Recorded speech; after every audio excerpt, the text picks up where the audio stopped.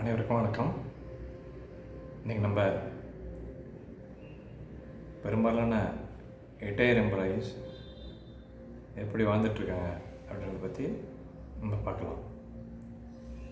அதாவது ஒரு எம்ப்ளாயிகிட்ட போய், அதாவது அவர் ரிட்டையர்ட் ஆகிறதுக்கு ஒரு 2 வருஷம் இருக்குது அப்படின்னு வச்சுப்போமே, அவர்கிட்ட போய்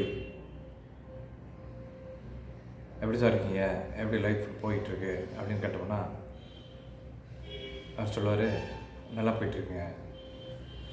பிள்ளைங்களாம் என்ன பண்ணுறாங்க அப்படின்னு கேட்டால், பையன் டாக்டர் படிச்சுட்டாங்க, அவனுக்கு டாக்டர் பொண்ணு பார்த்து கல்யாணம் பண்ணி வச்சுட்டேன், அவன் சென்னையில் இருக்கான். பொண்ணும் அதேமாரி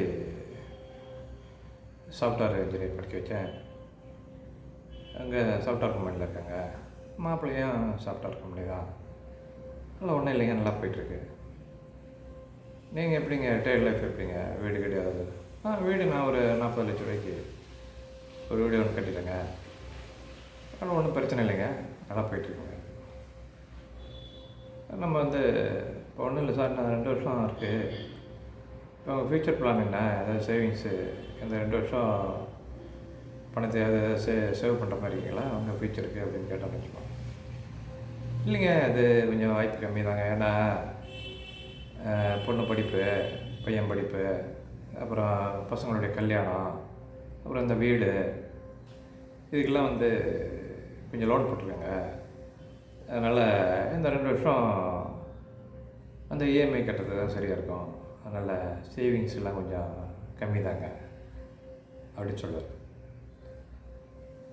அப்புறம் என்னங்க இப்படி எல்லாம் சேவிங்ஸே இல்லைன்றீங்க, அப்புறம் இஎம்ஐயில் எல்லாம் போயிட்டுருக்குன்றீங்க, அப்புறம் உங்கள் ஃப்யூச்சர் என்னங்க அப்படின்னு கேட்டோம்னா, நமக்கு என்னங்க இப்போ ஃப்யூச்சருக்கு என்னங்க பிரச்சனை, வீடு கட்டிட்டான்ல அதில் இருப்பேன், செலவுக்கு பையன் டாக்டர் இருக்கார்ல, பையன் மருமக எல்லாம் டாக்டரு, இந்த பக்கம் பார்த்திங்கன்னா பொண்ணு மருமக எல்லாம் இன்ஜினியரு, எல்லாம் ஒர்க் பண்ணுறாங்க.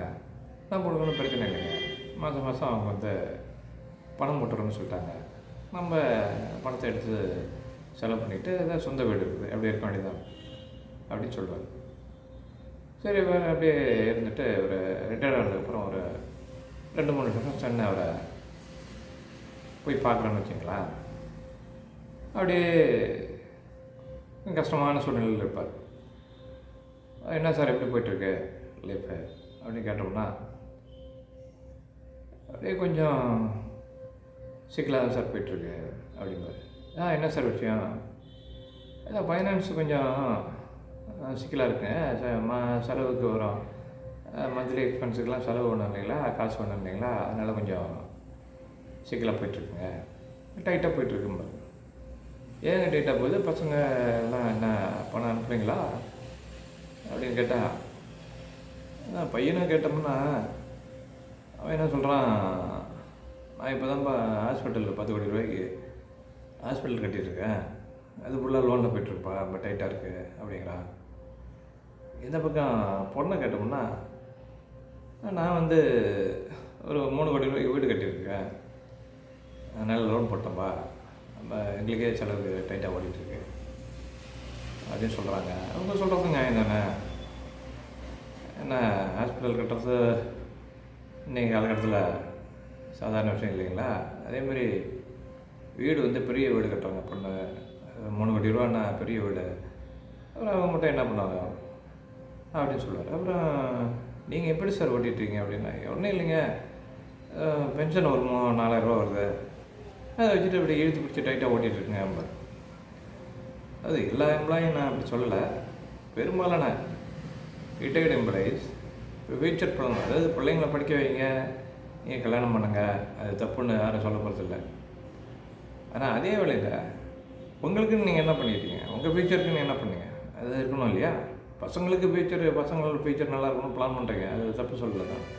அதேமாதிரி உங்கள் ஃப்யூச்சருக்கு நீங்கள் ஏன் பிளான் பண்ணல? அதனால் ரிட்டையர்டு எம்ப்ளாயிஸ், ரிட்டையர்டு ஆக போகிற எம்ப்ளாயிஸ்லாம் அவருடைய ஃப்யூச்சரை நினச்சி, அவங்களுக்கு என்ன பிள்ளைங்களை நம்பி இருக்கிறது எல்லா பிள்ளைங்களும் அப்படி பண்ண மாட்டாங்க. இருந்தாலும் நீங்கள் 10 அடி தாண்டிங்கன்னா அவங்க 100 அடி தாண்டுவாங்க.